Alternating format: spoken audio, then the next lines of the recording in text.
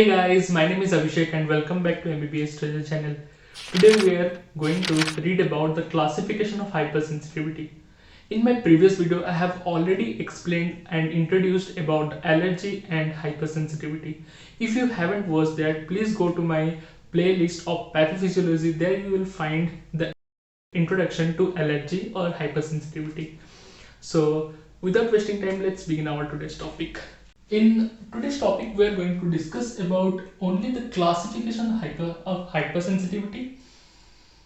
As I have explained or as I have introduced towards the reaction, that is allergy or hypersensitivity, the next you should know is about its classification. Okay, so there are two types of classification according to time of manifestation of the clinical symptoms after the hypersensitivity or the allergic reaction, and secondly, according to some scientists who have divided the type of reaction or hypersensitivity. Okay, so first one is according to the time of manifestation of clinical symptoms. As we have known that after allergy there will be some kinds of clinical symptoms, and according to that time period of manifestation it is divided into two types. First one is immediate type, means the quick one, and second one is delayed type. It means it will take more time to show the clinical manifestation.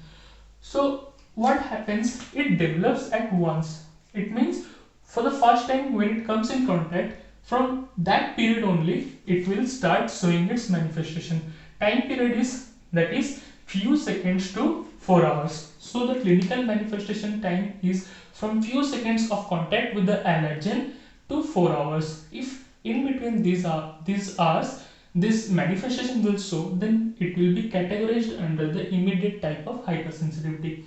Then comes the delayed type.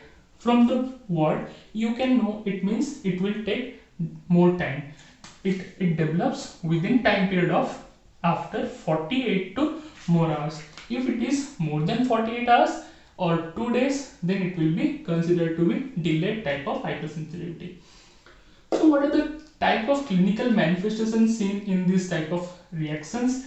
That is rash, redness, itchiness, inflammations, and it will appear quickly because it is immediate type of hypersensitivity.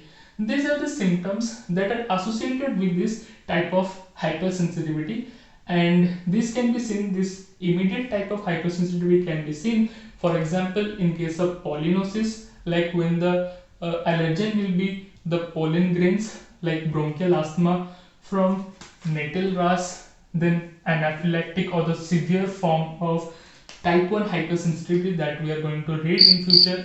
And the last one is serum sickness. Serum sickness means it's a condition or a sickness that is developed within few seconds or few hours due to injection of the serum containing the antibodies. When the preformed antibodies are injected to our body to check whether the antibodies are working or not, in that case the serum sickness occur. Okay, so this comes under the examples of immediate type of hypersensitivity. Then comes the delayed type of hypersensitivity. What are the examples? Let's see. First one is a graft rejection. Okay, when there will be organ transplantation, when there will be transplantation of certain organs, then the T cell, that is the T killer cell, it is an important question, please remember this. The T killer cell mediated by this T killer cell will help in the process of graft rejection. Not help, I mean they will mediate this process of rejection. Okay, they will reject the graft or the organ that is transplanted. If it is not supported by our health or our body, then the T killer is responsible for making this graft rejection. So this graft rejection whole process comes under this delayed type of hypersensitivity because it is a type of reaction shown by our own body. Next comes the tuberculin test. What do you mean by tuberculin test? Tuberculin test is otherwise known as Mantoux test. It is nothing but it is a test for screening or diagnosis of tuberculosis. And what happens in this case, this tuberculin liquid will be injected in your body. They will be injected in your body, and you have to see the ridge or the papule formation on our body.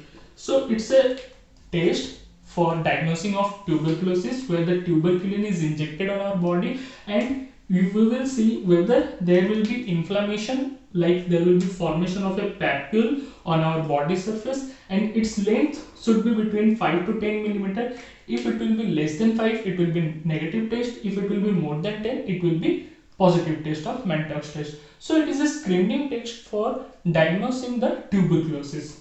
Next comes the contact dermatitis test. What do I mean by contact dermatitis?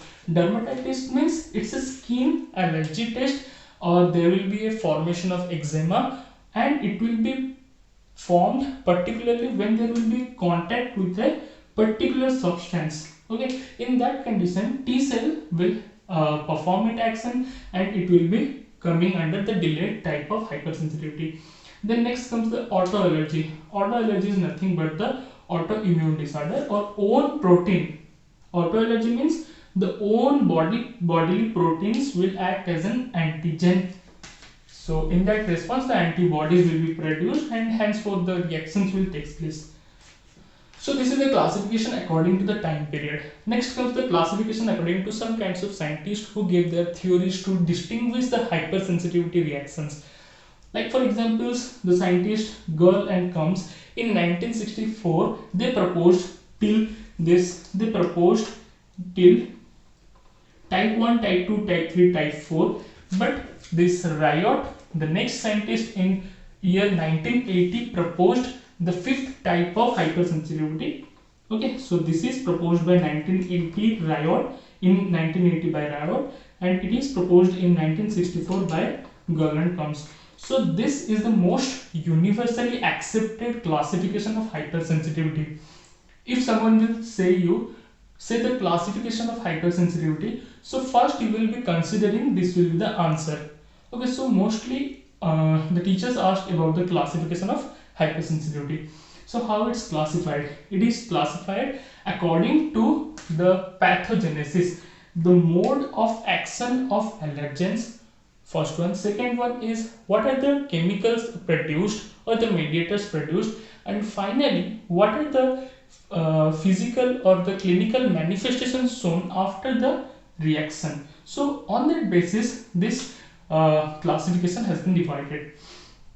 Like the first one is called the anaphylactic reagent atopy. It has more names or similar names, so you should be concerned with these names, because if I will be saying IgE mediated, if I will be saying antibody E mediated hypersensitivity reaction, it means the type 1 or anaphylactic or reagent. Reagent means why it is there given name reagent, because it is mediated by IgE.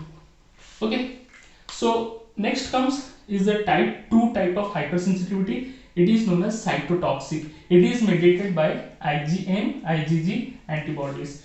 Here type 2 and type 3 are having the both common antibody secretion like the IgM and IgG, and the type 3 is known as immunocomplex. They have difference in their chemical mediators. That is why they have different types of classification. So next comes the type 4, the cellular type of hypersensitivity. It is mediated by T cell. Okay, so T cell, and T cells more precisely what will be they called? T effector cell. And as we know, there are two kinds of effector cells of T. First one is T killer cell and the T lymphokine producer cell. Lymphokines producer cell. Okay, so these T cell effectors will mediate this kind of reactions or cellular reactions. And the type 5th is the stimulating type, and further it is subclassified as synaptic and thyroid gland. These are the specific reactions that are occurring in our body, which is categorized under the stimulating type 5 hypersensitivity reaction.